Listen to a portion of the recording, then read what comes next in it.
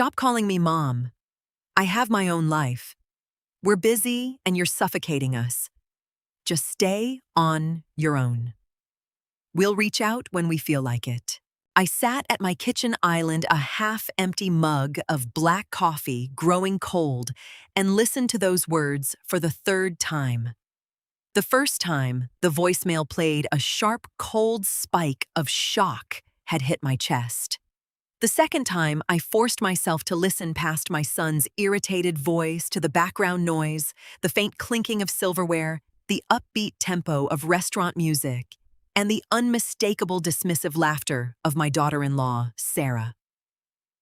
By the third time, the shock was entirely gone, replaced by a quiet, absolute clarity. My name is Marianne Douglas. I am 68 years old, a widow of 5 years. And apparently I had become a nuisance to the very people I was keeping afloat. Welcome back to the channel.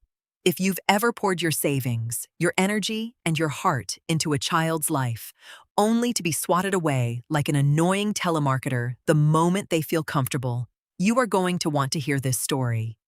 Drop a comment below letting me know where you are watching from and hit that like button. Trust me, you'll enjoy how this unfolds. I didn't cry that afternoon. I didn't throw my phone or write out a long emotional text message demanding an apology. My late husband Richard used to say that panic was for people who didn't have a plan. And sitting in that quiet 4-bedroom house in suburban Connecticut, I realized I didn't need to panic. I just needed to open my eyes to what was actually happening. David was 32. I had called him twice that day because a severe winter storm warning had been issued for the coast, and I knew the heating system in his townhouse had been acting up. It wasn't a call to nag. It was a call to protect the property. But to him, it was just suffocating behavior. He wanted his own life. He wanted to be a fiercely independent adult. I looked at the phone, then out the window at the gathering gray clouds. All right, David, I thought, sliding the phone into my pocket. You want your independence. I am going to give it to you in full. To understand the sheer audacity of David's voicemail, you have to understand the reality of his so-called independent life. 3 years ago, David married Sarah. I never disliked Sarah, but I recognized her immediately. She was a pragmatist wrapped in a veneer of suburban perfection. She liked nice things, but she didn't particularly like paying for them. When they got engaged, they were living in a cramped apartment and complaining daily about the rent. Richard had just passed away, and the grief had made me soft. I wanted my son to be happy. I wanted to feel useful. So I offered them the Stamford townhouse. It was a beautiful 3-bedroom property Richard and I had bought as an investment years ago. Market rent was easily $3,500 a month. I let David and Sarah move in and told them to just cover the property taxes and the HOA fees, about $800 a month. I covered the major maintenance, the insurance, and the structural repairs. I essentially handed them a luxury lifestyle on a silver platter, thinking it would give them a head start to save for their own future. But gratitude has a short shelf life. Over the last year, I had watched Sarah slowly build a wall between David and me. Sunday dinners turned into monthly obligations. Monthly obligations turned into, "We're just too tired this weekend." Whenever I did see them, Sarah's microaggressions were impossible to ignore. She would roll her eyes if I offered cooking advice. She would subtly mock my clothes. And David. He simply stared at his plate, entirely passive, letting his wife dictate the emotional temperature of the room. They loved the house. They loved the subsidized lifestyle, but they thoroughly resented the reminder of where it came from. They wanted the kingdom, but they wanted the queen securely locked in a tower out of sight. I walked into my study, the storm now properly breaking outside, rattling the window panes. I pulled out the heavy cherry wood filing cabinet drawer and extracted a thick green folder. I didn't feel like a victim. I felt like a foolish investor who had kept funding a failing business long after the writing was on the wall. It was time to close the accounts. 2 days after the voicemail, the storm had passed, leaving a thick blanket of ice over the neighborhood. I hadn't called David back. I hadn't texted him. I respected his boundary perfectly. However, a piece of certified mail had arrived at my house with his name on it, a lingering joint tax document from the year Richard passed. It was important, and it required his physical signature. Since I needed to run to the pharmacy near their neighborhood anyway, I decided to drop it off. I didn't call ahead. I just pulled into their driveway, walked up the freshly shoveled path, and rang the bell. Sarah opened the door. She was wearing expensive loungewear, holding a matching ceramic mug. The moment she saw me, her posture stiffened and her expression dropped into a mask of pure inconvenience.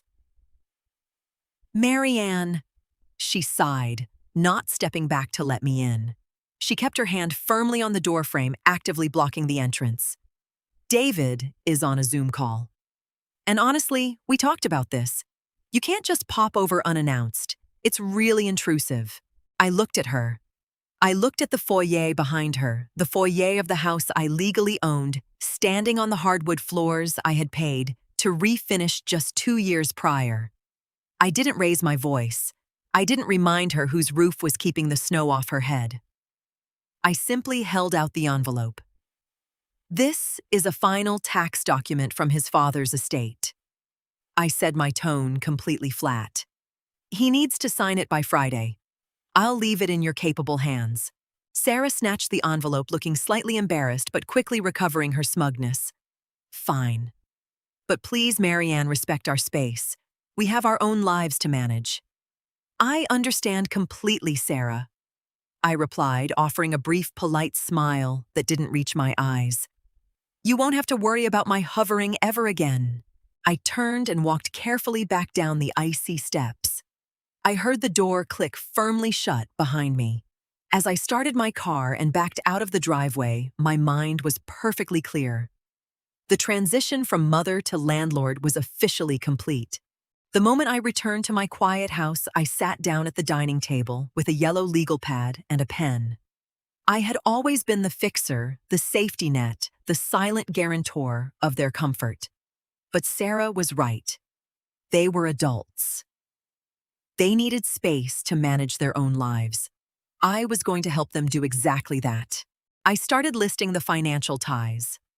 First, the Stamford townhouse. The deed was entirely in my name, held within Richard's living trust.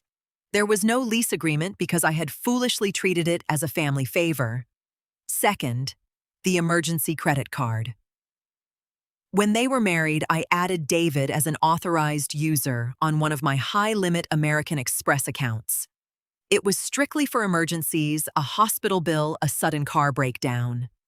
Lately, I had noticed emergencies included spontaneous weekend trips to Napa and expensive dinners in Manhattan. I had paid the bills without commenting, avoiding conflict. Third, my own living situation. I was rattling around a massive 4-bedroom house that required too much upkeep. I stared at the list. For a brief second, the ghost of maternal guilt tried to whisper in my ear. "Are you being too harsh? He's your only son." But then the memory of David's voice echoed in the quiet room. "Just stay on your own." There is a profound difference between being harsh and being honest. Harshness is screaming, arguing, and trying to inflict emotional pain. Honesty is simply removing your support from people who despise your presence. I didn't want to hurt my son. I just wanted to stop paying for my own disrespect. I picked up the phone. I didn't dial David. I dialed the customer service number on the back of my American Express card.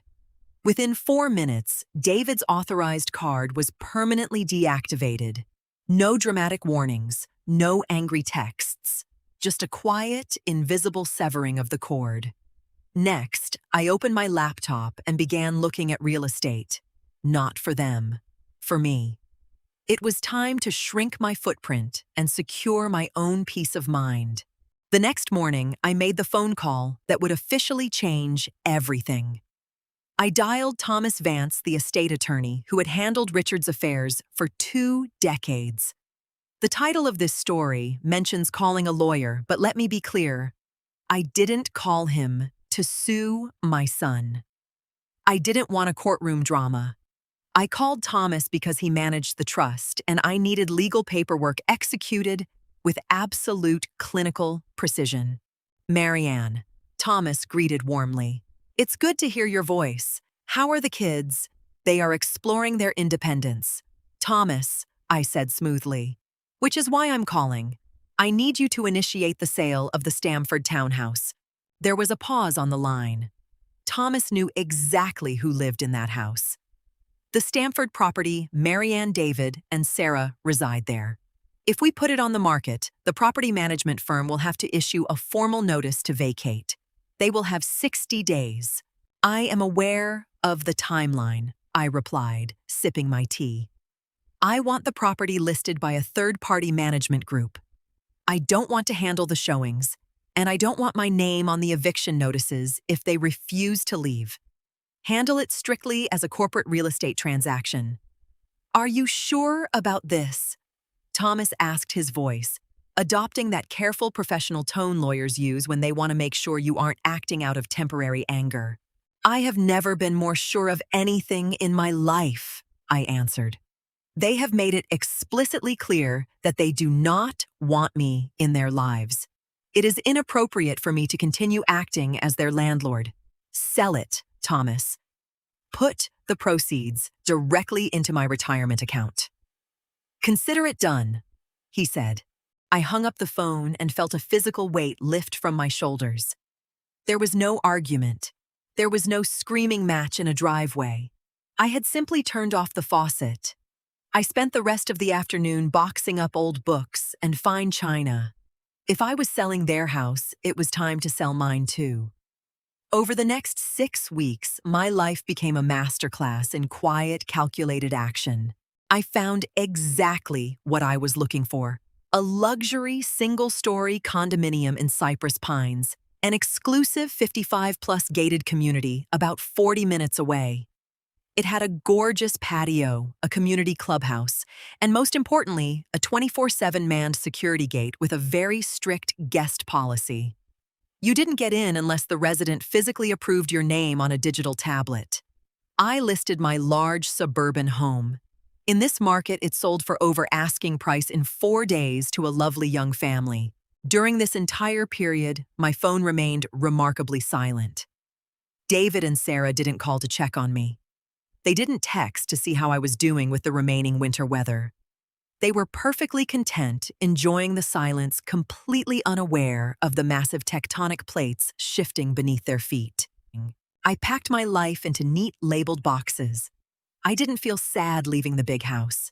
It held beautiful memories of Richard, but Richard was gone, and the son we raised had chosen a different path. I was choosing mine. I moved into Cypress Pines on a Tuesday. I unpacked my kitchen, set up my coffee maker, and sat on my new patio, overlooking a pristine, manicured lake. I changed my primary phone number, giving the new one only to Thomas, my doctors, and a few close friends. I left the old phone active, plugged into a charger in the guest bedroom, checking it once a day. It was peaceful. It was quiet. It was exactly what David had asked for. I was staying on my own. But I knew the peace was only the deep breath before the plunge. The property management company was scheduled to deliver the notice to vacate to the Stamford townhouse that Friday. The collapse of their safety net happened in spectacular sequential order. It started with the credit card. On Thursday night, I checked my old phone. There were 3 missed calls from David and a frantic text message: "Mom, the Amex declined at dinner. Is there a fraud alert? Call me ASAP." I didn't reply. He wasn't asking how I was. He was asking why the money machine was broken. The real blow landed on Friday afternoon. I didn't see it happen, but Thomas forwarded me the confirmation from the property management firm. A formal, legally binding 60-day notice to vacate had been taped to the front door of the Stamford townhouse. along with a letter explaining that the property was entering the active real estate market, and agents would be contacting them to schedule showings. At 4:15 p.m., my old phone began to vibrate violently across the kitchen counter. David's name flashed on the screen, then Sarah's, then David's again. 7 missed calls in the span of 20 minutes. Then came the voicemails. "Mom, what the hell is this notice on our door? Why is some management company saying the house is being sold?" Pick up the phone. "Marianne, it's Sarah. This isn't funny. You can't just sell our house. Call David, right now. Our house." The entitlement was almost breathtaking. I sat at my new kitchen island drinking a glass of iced tea and listened to the panic in their voices. This was the reality of the independent life they had demanded.